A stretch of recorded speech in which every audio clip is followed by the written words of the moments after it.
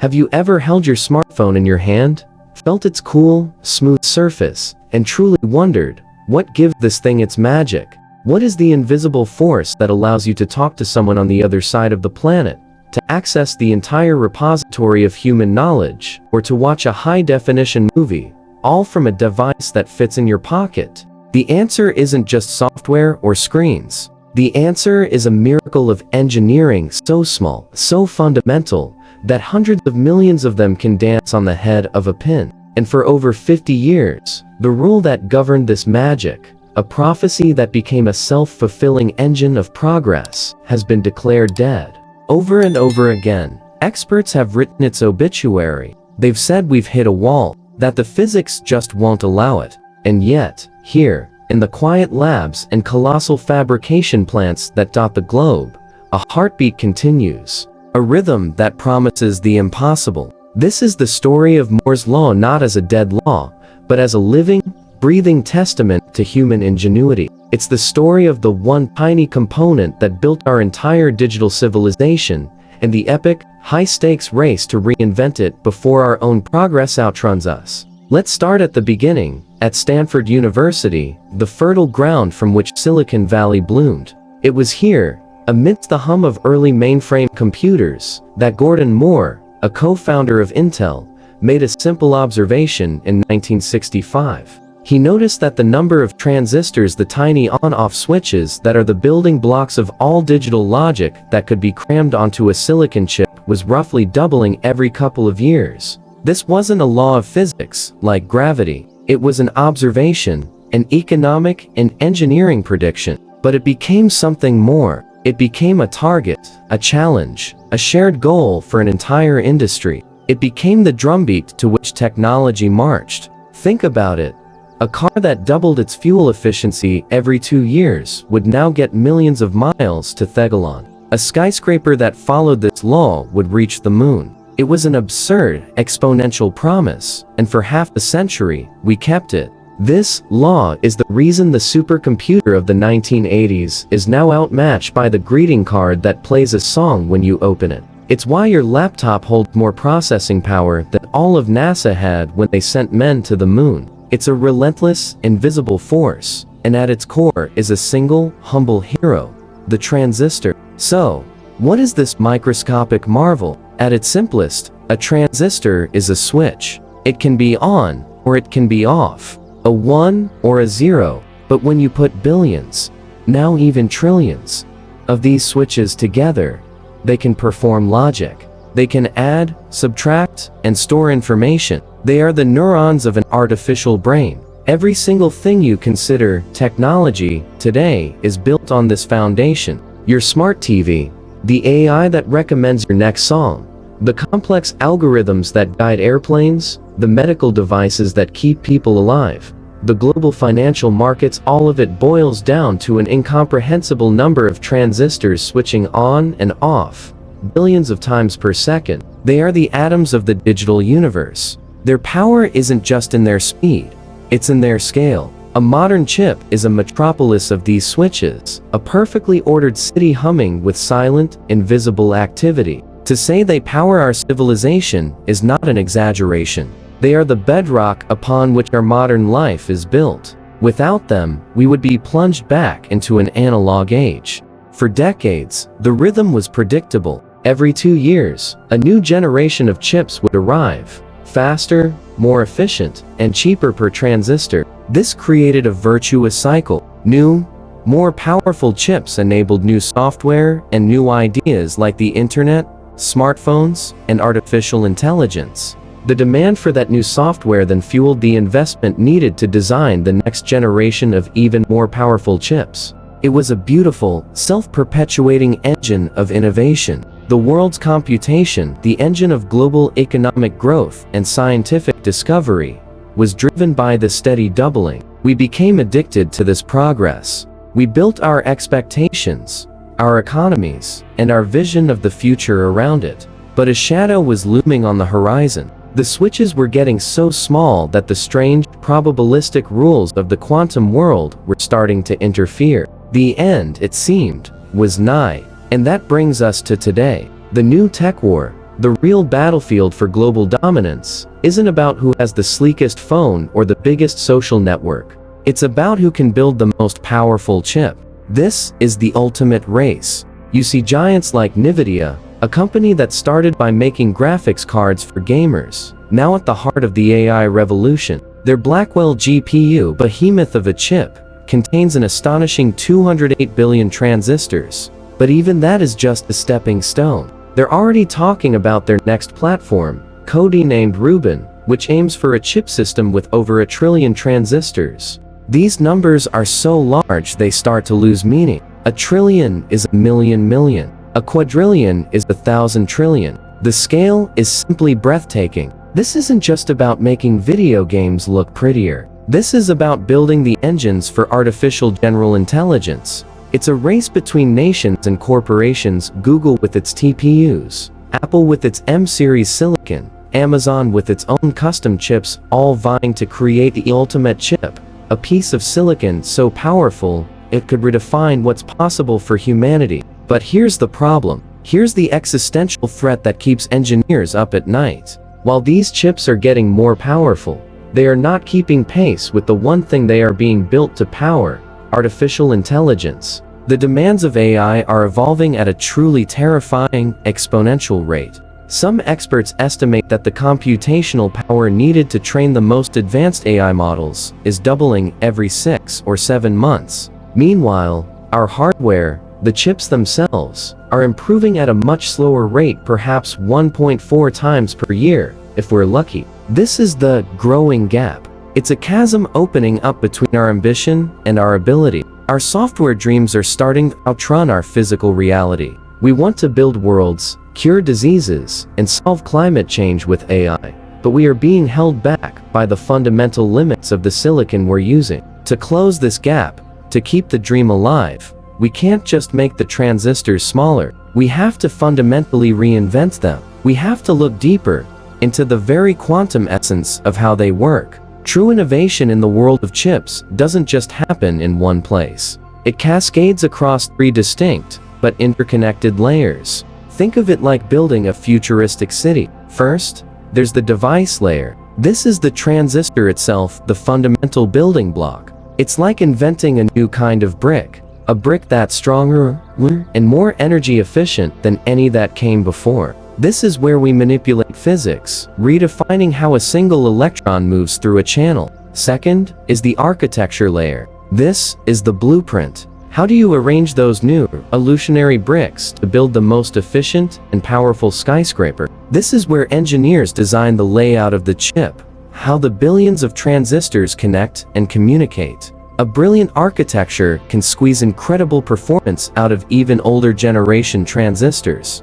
And third, the system layer. This is the city planning. How does your skyscraper connect to the power grid, the water supply, and the transportation network? In chip terms, this is how the chip integrates with software, memory, and other components to form a cohesive, working whole. For the past 50 years, the hero of every single one of these layers has been the transistor. Every breakthrough, at its heart, was about making it smaller, faster, and more efficient. And the roadmap for that future is being drawn not in Silicon Valley, but in a quiet town in Belgium. While companies like TSMC in Taiwan are the undisputed master manufacturers, the ones who physically build almost all of the world's advanced chips, another organization plays an equally critical, yet far less visible, role. Meet IMEC, based in Belgium. IMEC is not a manufacturer. They are a research and development hub, a pre-competitive consortium where rivals like Intel, Samsung, and TSMC come together to pool resources and solve the fundamental problems of the next generation of chipmaking.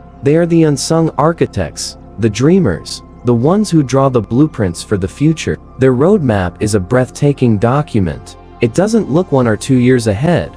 It stretches all the way to 2039. It maps out a clear, albeit incredibly difficult, path from the 2-nanometer chips of today down to nodes measured in angstroms, a scale where you are literally counting individual atoms. The A14 node, for instance, is projected at 0.14 nanometers. That's smaller than a single silicon atom. This isn't just a business plan, It's a blueprint for humanity's next computing frontier. To understand where we're going, we have to understand where we've been. For decades, transistors were flat, two-dimensional structures. They were called planar transistors. Imagine a simple water gate on a flat plane. You open the gate, current the water flows. You close it, it stops. Engineers got incredibly good at shrinking this design, but as they approached the 20 nanometer scale, physics began to fight back. The gates became so short, and the channels so thin that electrons started to leak through even when the gate was closed. It was like trying to turn off a faucet that was constantly dripping. This leakage wasted power and generated heat, threatening to end Moore's law for good. The solution was a stroke of genius. It was radical, elegant, and it saved the industry. Instead of a flat gate, engineers flipped the channel upright, creating a three-dimensional fin that rose from the silicon substrate. The gate was then wrapped around this fin on three sides. This was the FinFET. Think of it this way: with a planar transistor, you were trying to stop the flow of water by putting your foot down on top of a wide, shallow stream. With a FinFET, you're squeezing that same stream from three sides. You get far more control. This breakthrough allowed for a massive leap in density, speed, and energy efficiency. It was the reinvention that powered the last decade of technological progress.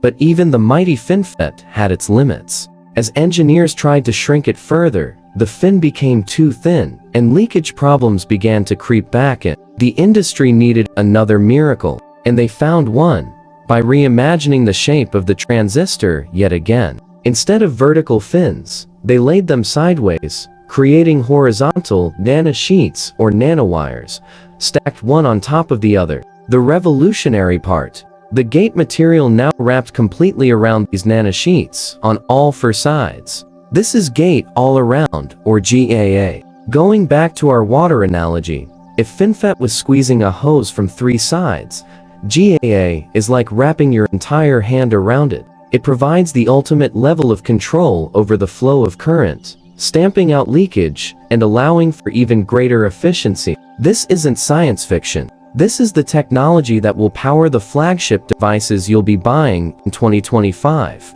Companies like Samsung are already manufacturing with it, and Apple and AMD are right behind. It's the next wave, crashing on our shores right now. Let's pause for a moment to appreciate the sheer insanity of what we're talking about. We are manufacturing structures with features measured in single-digit nanometers. A nanometer is a billionth of a meter. A human hair is about 80,000 nanometers wide. We are building cities where the skyscrapers are only a few dozen atoms tall. This manufacturing borders on the impossible. It happens inside fabs, multi-billion-dollar cleanrooms that are thousands of times cleaner than a surgical operating room. Inside, impossibly complex machines from companies like Applied Materials and ASM operate with atomic precision. They deposit layers of material, one atom at a time. They etch patterns so fine they are invisible to any optical microscope. Each square millimeter of a modern chip now holds hundreds of millions of transistors.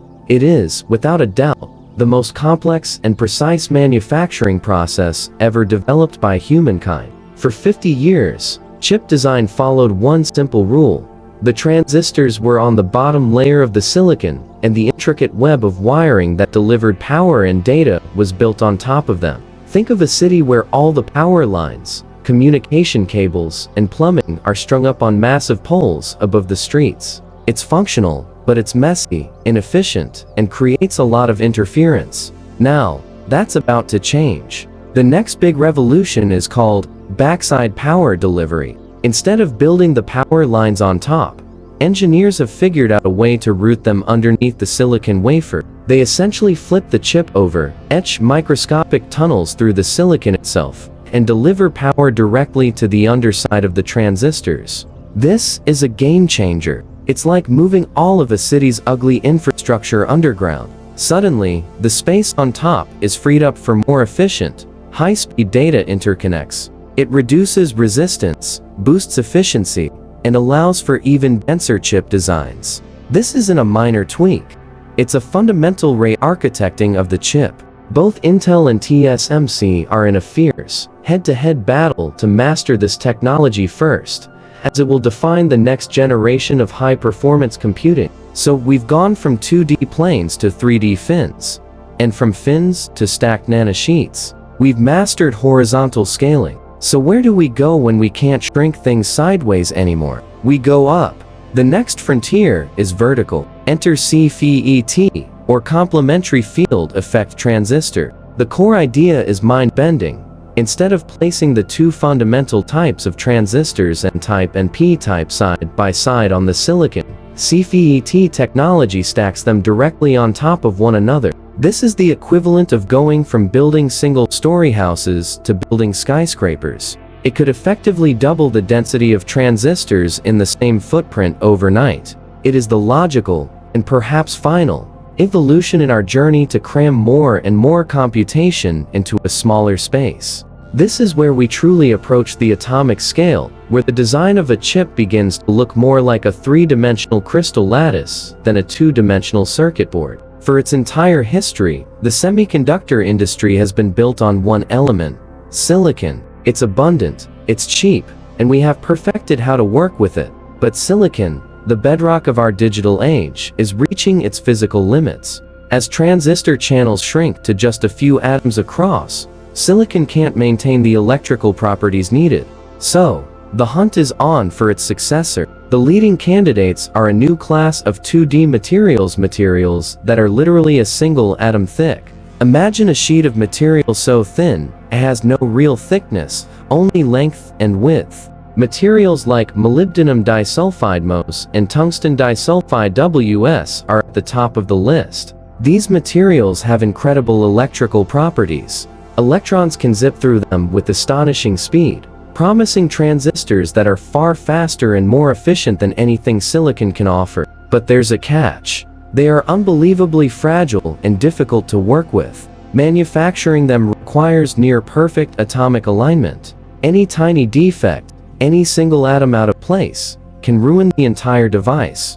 It's been compared to trying to build a skyscraper out of dust motes. But if we can master it, it will unlock a new era of computation. How do you build these impossibly small structures? The answer is with light. The art of chipmaking is an art called lithography. In essence, you project a pattern onto a silicon wafer coated with a light-sensitive material, and then etch away the exposed parts. For years, we used deep ultraviolet dove light. But to create smaller patterns, you need light with a shorter wavelength. This led to the development of the most complex and expensive machine ever built by humans, the EUV, or extreme ultraviolet, lithography system from the Dutch company ASML. An EUV machine is the size of a city bus and costs over $200 million. Inside, a powerful laser blasts a tiny droplet of molten tin 50,000 times a second, creating a plasma that emits the specific wavelength of EUV light needed. This light is then guided by a series of the most perfect mirrors ever created to carve atomic scale patterns onto the silicon wafer. But even EUV has its limits. The next generation, called high-NA EUV, is already being deployed, offering even greater precision. And beyond that, on IMEC's roadmap is something called hyper-EUV, a technology that will push our ability to manipulate light into uncharted, almost magical extremes, enabling the sub-1 nanometer manufacturing of the future. And this is where it all comes together. The next great paradigm shift will be the ultimate convergence. The hyper-UV light machines will be used to carve patterns into the new 2D quantum materials, creating transistors based on the new vertical CFET architecture. Material science, device architecture, and the art of lithography will merge into one seamless technological symphony. This is the birth of the 2D FET, a transistor made entirely of these new, atom-thin materials. It represents a complete break from the silicon-based world we have known for 50 years. It is the gateway to the Angstrom-era of computing. But there is another candidate lurking in the wings, a true wild card: carbon nanotubes, or CFETs. Imagine taking a sheet of graphene, a 2D material made of carbon atoms in a honeycomb lattice, and rolling it up into a perfect, microscopic tube. In theory, CFETs are a perfect material for transistors. They are incredibly strong, and electrons can flow through them with almost no resistance, promising unparalleled speed and efficiency. The problem? They are notoriously difficult to manufacture perfectly. Tiny impurities can cause the transistor to leak current, and it's been a challenge to create vast arrays of them with uniform properties. However, researchers are exploring hybrid chips using layers of CFETs on top of traditional silicon to handle specific tasks like AI acceleration. If they can solve the leakage and manufacturing issues, carbon nanotubes could leapfrog all other technologies and become the heir to silicon's throne. The future of chips isn't just about cramming more transistors together. It's about building smarter, three-dimensional systems. The concept of CMOS 2.0 envisions chips that are not flat planes, but multi-story supersystems. Imagine a chip where the bottom layer is dedicated to pure logic and computation. Stacked on top of that is a layer dedicated to high-speed memory. On top of that, a specialized layer for AI acceleration. And on top of that, a layer for graphics processing. Each tier is a specialist, working in harmony with the others, connected by incredibly fast vertical pathways. This is the city of computation I mentioned earlier, but realized in physical form. It's a move from a sprawling suburb to a dense, hyper-efficient metropolis. For all this talk of faster processors, one stubborn problem remains: memory. There is a growing gap, a memory wall, between the blazing speed of our processors and the relatively slow speed at which they can access data from memory. Your CPU is a Formula One race car, but it's constantly having to pull over to a gas station miles away to refuel. This delay, called latency, is the biggest bottleneck in modern computing, especially for AI, which needs to process colossal amounts of data. Traditional memory types like SRAM are not scaling well, and while DRAM is being stacked higher and higher, high bandwidth memory,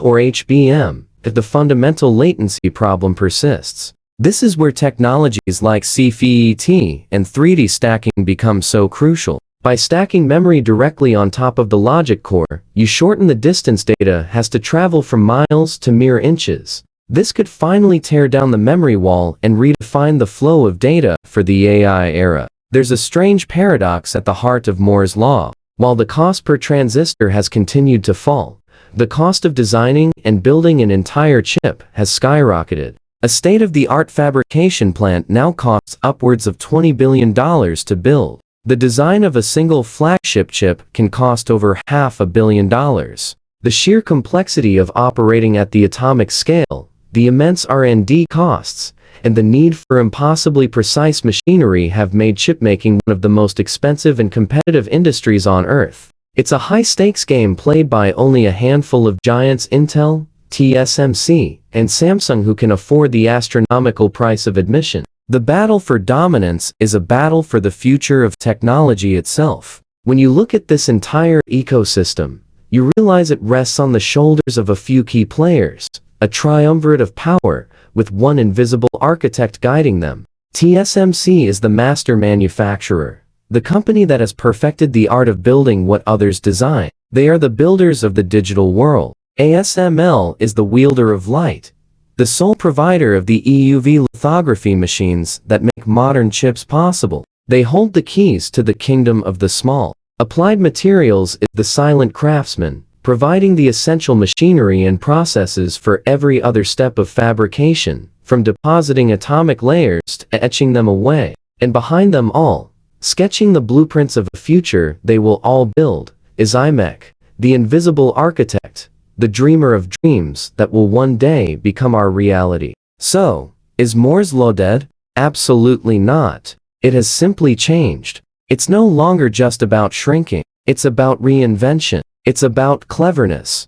It's about going 3D. It's about new materials. It's about new architectures. The journey of the transistor is a story of evolution. From a flat plane, it stood up to become a fin. From a fin, it laid down to become a nanosheet. And from a nanosheet, it will soon stack up to become a skyscraper. It is a journey driven by sheer human determination, a refusal to accept the word impossible. It's a journey from silicon to the quantum edge, This is more than just a technological race. This is a grand human endeavor. The path forward from today's nanometers to tomorrow's angstroms is a kind of quantum silk road. It's a trade route not of spices and silks, but of ideas, materials, and ambition. It connects the deep principles of quantum physics with the global demand for intelligence and power. It is paved with atomic alignment, quantum precision, and a limitless belief in what we can achieve.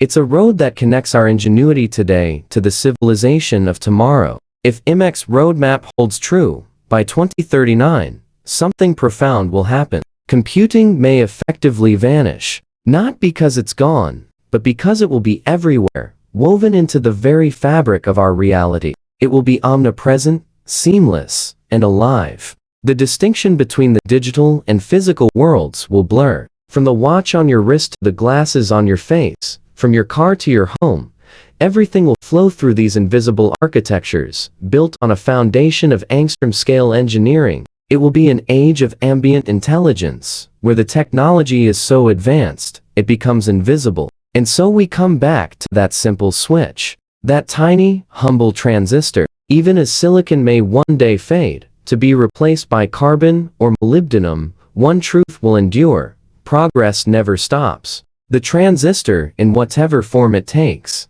is more than just a piece of technology. It is a symbol. It's a switch of charge and spin. Yes, but it is also the pulse of human ambition. The lesson here is not just about technology. It's about us. It's about our collective refusal to stand still. Moore's law lives on, not as a prediction written on a piece of paper, but as a testament to our species' incredible, and perhaps defining, characteristic: our relentless, unyielding drive to see what lies beyond the next horizon. So, the next time you pick up your phone, take a moment, feel the weight of it in your hand, and remember the city humming inside. Remember the decades of human ingenuity, the battles against the laws of physics, and the silent, atomic heartbeat of the millions of tiny switches that make it all possible. The sheer scale of this endeavor makes you wonder. As we unlock this next level of computational power that will seem like magic to us today, what should we do with it? What are the grand challenges in medicine, in climate, in exploration that we should point this incredible engine towards? I'd love to hear your thoughts in the comments below. What problem in the world do you think this next wave of computation should solve first? Thank you for joining me on this journey to the heart of our digital world. I wish you all good health, a curious mind, and a wonderful day. And if you enjoyed this story and want to explore more of the ideas shaping our future, please consider liking this video and subscribing to the channel. It truly helps us continue to tell these incredible stories. Until next time.